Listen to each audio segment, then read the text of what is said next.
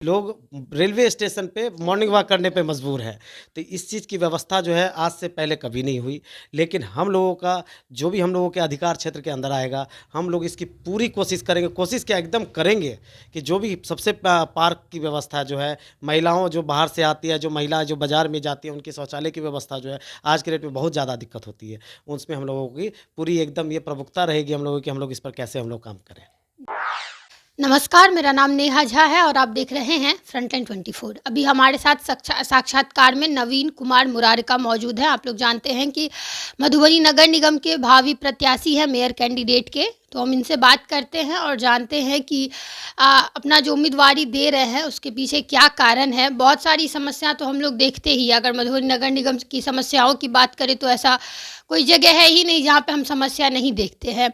लेकिन सबका एक अलग विज़न रहता है, काम करने का एक अलग तरीका। कोई भी अगर उम्मीदवारी देता है तो सोच के देता है कि हमको किस तरीके से काम करना है और किस तरीके से मधुबनी नगर निगम को जो है वो नगर निगम असली के रूप में लाना है।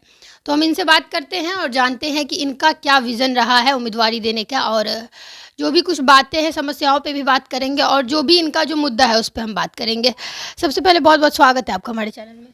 आप सभी फ्रंटलाइन दर्शकों और फ्रंटलाइन की टीम को मेरा प्रणाम। जी। आ, समस्या तो हम लोग देख ही रहे हैं मधुबनी में। ऐसा कोई जगह लगता नहीं है कि समस्या ना हो, चाहे वो सड़क की बात करें, रोड की बात करें, नाला की बात करें। आपको क्या लग रहा है कि आपको क्या लग रहा है? इन समस्या बहुत सारी है, सबसे मुख्य रूप से क्या लग रहा है कि सबसे ज़्यादा आप देख रहे हैं कि नहीं ये समस्या जो है वो सबसे ज़्यादा हमको दिख रहा है और इस पे सबसे पहले काम होना चाहिए? देखिए, जो भी मधुबनी की समस्या है ना, वो सारे ही प्रमुखता से है, मतलब सभी प्रमुख है। इसमें ये नहीं कहा जा सकता है कि ये समस्या कम है और ये समस्या ज़्यादा है। मुझे तो जितने भी मधुबनी की समस्या लग रही है, सभी प्रमुखता पे हम सभी को रखे हुए हैं। वैसे आप अगर 1-2 का नाम लेंगे, तो इसमें आप आवास, शौचालय, सड़क जाम, बस स्टैंड, कितना गिनती करवाते रहेंगे, सुरक्षा, मतलब कुछ नहीं है। कोई सभी को हम लोग एक प्रमुख तौर पे देख रहे हैं और हम लोग अगर अगर आते हैं, तो हम लोग हर चीज़ को प्रमुखता से देखेंगे। जैसे कि आप बात किए हैं कि 2-3 समस्या जो भी आप देख रहे हैं और सारा प्रमुख समस्या है, लेकिन एक तरीका, मतलब कोई सोचे रहते कि नहीं इस तरीके से काम करना है। अगर रोड की बात करें तो मधुबनी का एक भी ऐसा रोड नहीं है जो सही है, एक भी ऐसा रोड नहीं आप देख सकते हैं जो आपको सही लग रहा है। तो अगर मतलब आपके कुछ इस तरीका कोई सोचे होंगे कि इस तरीके से इस पे काम करना है, या इस तरीके से अगर जनता चुनती है तो वो कैसा आप सोचे किस तरीके से काम करना है इन सब चीज़ों पे? देखिए, यहाँ पर जो भी तरीका होगा काम करने का, वो निष्पक्ष होगा, ट्रांसपेरेंट होगा। हम लोगों का एक मैनिफेस्टो में एक बहुत अच्छा हम लोग एक मैनिफेस्टो हम लोग अपना बना रहे हैं। उसमें ये क्लियर है कि अगर हम लोग कोई भी फंड इश्यू करते हैं या इरेज़ करते हैं किसी भी क्षेत्र का, जैसे आपने बताया सड़क की बात आपने की, तो उसको हम लोग पब्लिकली करेंगे। जो भी एस्टीमेट होगा उसको पब्लिकली करेंगे। वहाँ के जो भी लोकल लोग होंगे, जो भी प्रतिनिधि लोग होंगे, वहाँ के लोकल प्रतिनिधि, लोकल प्रतिष्ठित लोग होंगे, उनके सामने हम लोग उस चीज़ को लाएँगे और बताएँगे कि ये देखिए, ये चीज़ है, ये एस्टीमेट है, इतने का एस्टीमेट है, इतना सामान लगना है, आपके सामने है। अगर उसमें कोई गड़बड़ी पाई जाती है तो उसके जो भी उस ठेकेदार होंगे या भी जो भी इसके जिनको ये काम दिया जाएगा, उन पर कार्रवाई की जाएगी।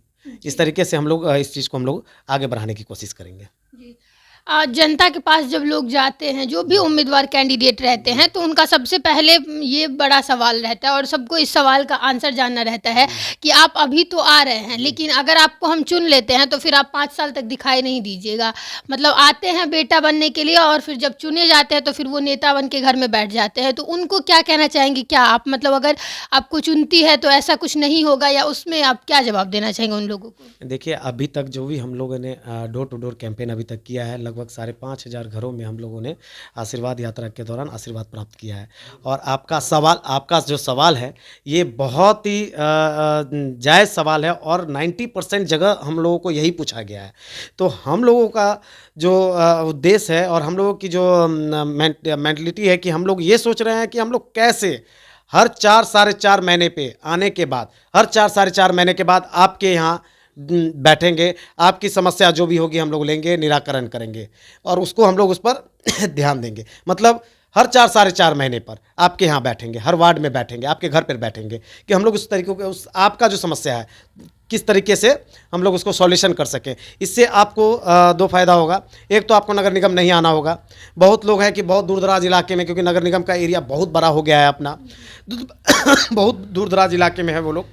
तो उन लोगों को आने जाने में जो खर्चा है सो बचेगा। उसके बाद जो है उन लोगों का जो कोई बहुत लोग नौकरी कर रहे हैं, बहुत लोग मतलब दिहाड़ी मजदूर हैं, तो उन लोगों का जो वो पैसा है वो बचेगा। और दिन का खाने का मतलब आएंगे तो वहाँ पर आके कुछ तो भोजन पानी करेंगे, नगर पालिका का चक्कर लगाना पड़ता है, वो लोग सारा बचेगा। मतलब एक दिन का 500 साढ़े 500 के आसपास उन लोगों का जो पैसा बच रहा है। साल में अगर 3 बार आते हैं तो उन लोगों का देख लीजिए आप कितना बच रहा है।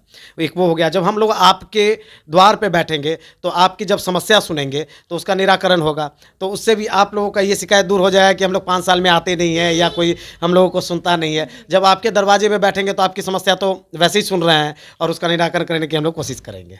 जी। एक चीज़ एक और सवाल रहेगा आपसे कि आप मतलब आपका बिजनेस पहले से रहा है और काफ़ी सक्सेसफुल रहे उसमें, तो ऐसा आपको क्या लगा कि नहीं हमको भी मेयर के लिए कैंडिडेट होना चाहिए? क्योंकि कुछ ऐसा आपको लगा होगा कि मतलब हमको भी उम्मीदवारी देना चाहिए, या कुछ परेशानी देखे होंगे, या आपको क्या मतलब विज़न क्या था आपका?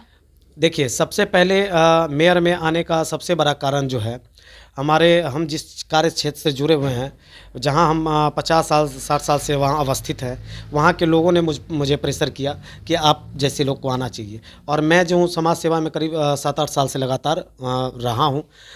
जब हम कोरोना काल से जब हम लोग गुजर रहे थे, तो हम लोगों ने जब हम किसी की सेवा कर रहे हैं, मतलब आप किसी को अनाज ही दे रहे हैं, तो वहाँ 25-50-100 लोगों को ही हम एक सीमित लोगों तक ही पहुँचा पा रहे हैं। लेकिन हम और आप जानते हैं कि सरकार सबसे बड़ा दानी होता है। तो हम लोगों ने ये ठाना कि अगर मान लीजिए कि वही काम हम लोग अगर सिस्टम में आके करते हैं, तो जो 100 है उसको हम लोग 100% जितने भी बचे हुए लोग हैं उन लोगों तक हम पहुँचा सकें, अपनी सेवा दे सकें। यही सबसे बड़ा कारण है। और जो यहाँ की जो सुरक्षा की व्यवस्था है, आप भी जान रहे हैं कि कुछ दिन पहले बस स्टैंड पे कितना कुकर्म हुआ, जहाँ एक लड़की के साथ दुष्कर्म करके फेंक दिया गया। तो उस चीज़ से हम लोगों को झकझोर के रख देता है, क्योंकि मेरी भी एक बेटी है। आज हम भी चाहते हैं कि मेरी बेटी खुले में एकदम आराम से जाए आए, कहीं भी पढ़ाई करने जाती है। सुरक्षा के दृष्टिकोण से जो है बहुत अभी मधुबनी अपना बहुत कमज़ोर है। कुछ दिन पहले कैश वैन लूट हो गया आपको बाटा चौक पर। तो इस चीज़ को देखते हुए हम लोग देखें कि हम लोग क्यों नहीं सक्षम हैं। अगर हम सक्षम हैं तो हम आ रहे हैं और आके मधुबनी की जनता के सामने हम लोग आ रहे हैं, और जो भी हम लोगों ने इज्जत प्रतिष्ठा जो है हम लोग 50 साल में हम लोगों ने कमाई है, वो 5 साल में हम लोग नहीं खराब करेंगे, और एक समृद्ध समाज की व्यवस्था हम लोग करेंगे। जी। परेशानी तो ख़ैर बहुत है, लेकिन एक चीज़ जो है वो सबसे ज़्यादा, अगर हम लोग बारिश जब होती है और जिस तरीके से मधुबनी पूरा डूबता है, वो किसी से छुपा नहीं। अगर एक बारिश हो तो हमको लग रहा है कि पूरा मधुबनी में ऐसा कोई गली नहीं रहता है जहाँ पे पानी नहीं लगता है। कुछ लोग ऐसे भी होते हैं जिनको पता ही नहीं रहता है कि इस पे काम कैसे करना है। एक कैनाल है, लेकिन फिर भी इस तरीके का स्थिति हो जाता है। क्या लग रहा है कि इसका कारण क्या है और इस पे किस तरीके से इस समस्या का निदान हो सकता है? देखिए, सबसे पहले तो मधुबनी का जो ड्रेनेज सिस्टम है वो बहुत ही ख़राब है। इसमें जो है ये नहीं पता है लोगों को, यहाँ के पता नहीं, जो पता तो लोगों को सब है, लेकिन वो भ्रष्टाचार के भेंट चढ़ गया है, सीधी-सी बात है। तो उस पे लगाम लगाया जाएगा जो तरीके से, और जो ड्रेनेज सिस्टम है उसको बहुत अच्छे तरीके से हम लोग उस पर काम करेंगे। क्योंकि पानी का बहाव जो होता है आप भी जानते हैं कि ऊपर से नीचे की तरफ रहता है, या हर जगह देखिएगा उल्टा तरीके से बनाया गया है, तो वो पानी जमाव तो होना ही है। ड्रेनेज सिस्टम बहुत उपयोगी चीज़ है, अगर उसको ढंग से काम किया जाए, बढ़िया इंजीनियरिंग अगर उसमें इंजीनियर लोगों से काम करवाया जाए तो वो बहुत अच्छे से ड्रेनेज सिस्टम का काम होगा। और पानी तो देखिए ये सब मूलभूत सुविधा है, ये जैसे ही हम लोग आए, जो भी नगर परिषद रहा, नगर निगम अब बनने जा रहा है, वो तो हमेशा मिलना चाहिए लोगों को। यहाँ पानी नहीं जमा होना चाहिए, सड़क बना रहना चाहिए। लोग तो कुल यहाँ के राजनेता जो हैं, जो भी यहाँ के जो लोग पिछले नगर परिषद को ले रहे हैं, वो लोग इससे ऊपर उठने ही नहीं दे रहे हैं लोगों को। सोच जो है लोगों की यहीं पर सीमित कर दी है, नाला सड़क, नाला सड़क, नाला सड़क। लोग को सोचने से मजबूर कर देते कि हम तुम्हारा नाला से ऊपर उठने ही नहीं देंगे, सीधी सी बात है। वो यहाँ नहीं सोचे जैसे किसी का आवास घोटाला हो गया, उसके ऊपर बड़ा बड़ा घोटाला हो गया, सड़क का कितना पैसा गोल हो गया, ये सब शौचालय घोटाला कितना हो गया। हर वार्ड में एक एक शौचालय होना था, किसी वार्ड में आपको नज़र नहीं आएगा। जल नल योजना जो है सब खत्म हो गया, आप देख सकते हैं हर वार्ड में होना था, आपको ज़्यादातर वार्ड में नज़र नहीं आएगा। तो ये सब चीज़ जो है भ्रष्टाचार का भेंट है ये सब। तो ये सब चीज़ पर हम लोग रोकथाम करेंगे, और जहाँ ज़्यादा से ज़्यादा होगा, और ड्रेनेज सिस्टम अगर उपयुक्त होगा, और ड्रेनेज सिस्टम उपयुक्त होगा तो पानी कहीं जमा नहीं होगा। अंतिम में ये बता दीजिए, क्योंकि फेस्टिवल सीज़न है, छठ, दिवाली ये सब आ रहा है, तो अपने आपके जो नगर निगम के जो वासी हैं या वोटर्स हैं, मतदाता हैं, उन लोगों को क्या संदेश देना चाहेंगे फेस्टिवल? मैं सभी मधुबनी नगर निगम वासियों को प्रणाम करता हूं, और धनतेरस, दिवाली, भैया दूज, चित्रगुप्त पूजा और छठ महापर्व की बहुत बहुत शुभकामना देता हूँ। और मैं यही विनती करूँगा कि एक अच्छा डिसीजन लेके, आप लोग बहुत समझदार हैं और अच्छी डिसीजन लेके अच्छे से सोच के विचार करके इस समृद्ध मधुबनी को बनाने में मेरा हाथ बटाएं। जी, धन्यवाद समय देने के लिए। जी, प्रणाम। तो ये नवीन मुरारिका जी थे, जो कि आप लोग जानते हैं कि मेयर के भावी प्रत्याशी है, जो नगर निगम चुनाव आने वाला है। और कुछ-कुछ जो समस्याएँ हम लोग अक्सर देखते हैं, और हम लोग हर कहीं भी किसी भी कैंडिडेट से बात करते हैं तो ज़रूर बात करते हैं कि उनका क्या विज़न है, किस नज़रिए से वो इन समस्याओं को देख रहे हैं। इनसे भी बात हुई है और इनका जो पॉइंट ऑफ व्यू था वो इन्होंने बताया है कि किस तरीके से देख रहे हैं और किस तरीके से इसका निदान होना ज़रूरी है।